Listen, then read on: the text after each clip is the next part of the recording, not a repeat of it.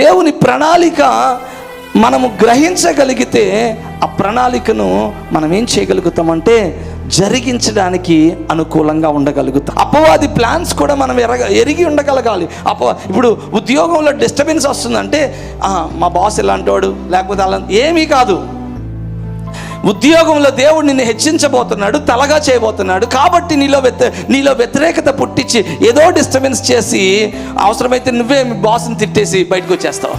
లేకపోతే వ్యాపారం అయినా సరే. అంటే ఎందుకు అంటే దేవుడు మిమ్మల్ని ఆశీర్వదించాలనుకున్నప్పుడు, దేవుడు మిమ్మల్ని దీవించాలనుకున్నప్పుడు, వాడు ఏ దీవెనైతే మన జీవితంలో జరగడానికి దేవుడు సహాయపడతాడో ఆ దీవెన మీదే వాడు దాడి చేస్తాడు అన్న సంగతిని మనం గ్రహించగలగాలి.